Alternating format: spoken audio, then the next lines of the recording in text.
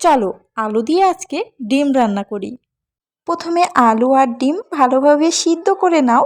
যখন আলু আর ডিম দুইটাই সিদ্ধ হয়ে যাবে তখন তুলে নাও এবং ডিমের খোসা ছাড়িয়ে নাও। তারপর একটা প্যানে তেল দাও।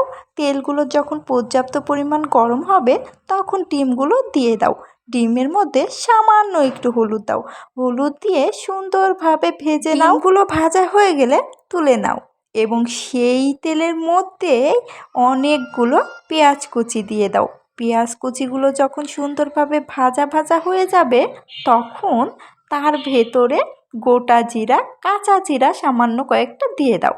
তারপর আদা, রসুন, জিরা পিষা দিয়ে সামান্য একটু পানি দাও এবং তার ভেতরে হলুদ, মরিচ, লবণ দিয়ে সুন্দরভাবে মশলাটা অনেকক্ষণ ধরে কষিয়ে নাও। তার ভেতরে সেই সিদ্ধ করে রাখা আলুগুলো হাতের সাহায্যে সুন্দরভাবে ভর্তা করে তারপর মশলার ভিতরে দিয়ে দাও।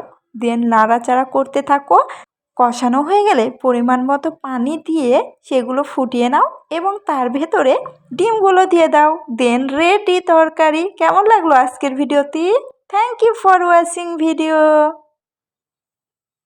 কখনো কি কুমড়ো বড়ি ভর্তা খেয়েছো? আমার কিন্তু খেতে বেশ ভালোই লাগে, আর এটি তৈরির প্রসেসও খুব ইজি। দেখো না দেখতে কতটা সুন্দর লাগছে।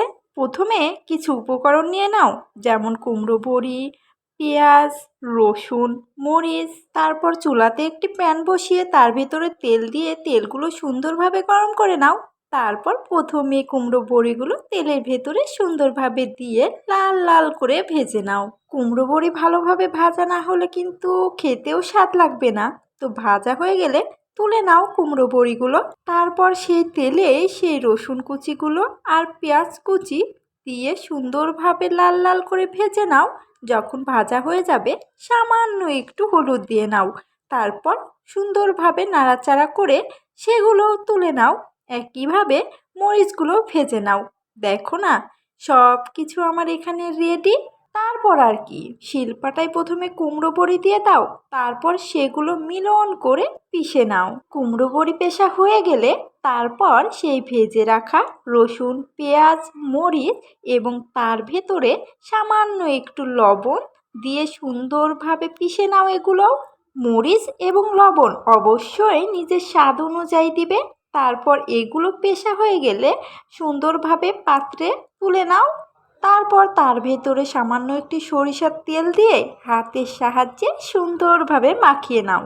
যখন মাখানো হয়ে যাবে তারপরই পরিবেশন করো। দেখো না কতটা সুন্দর লাগছে দেখতে। এরপর আর কি, এবার গরম গরম ভাত দিয়ে টেস্ট করে দেখ।